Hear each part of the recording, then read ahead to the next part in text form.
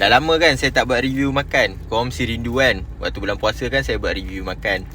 Hari ni jom saya nak buat satu review makan. Ini memang saya tahu benda ni trend baru nak naik ke apa ke, tapi saya dapat ni tadi tiba-tiba teringin. So saya beli. Apa dia? Aduh tak nampak lah. Tak nampak. Sekejap saya tunjuk. Ni dia. Apa ni? Popiah Big Mac. Jom. Saya nak rasa Popiah Big Mac ni. Korang rasa? Korang dengar crunchy ke tak?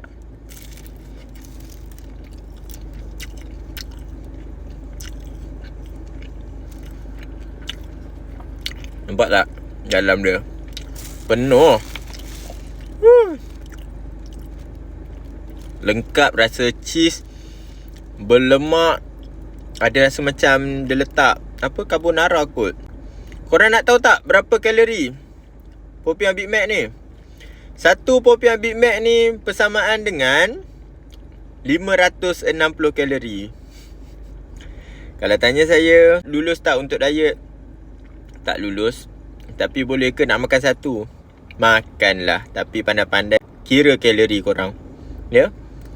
Bye-bye. Nanti next korang komen apa lagi nak saya review.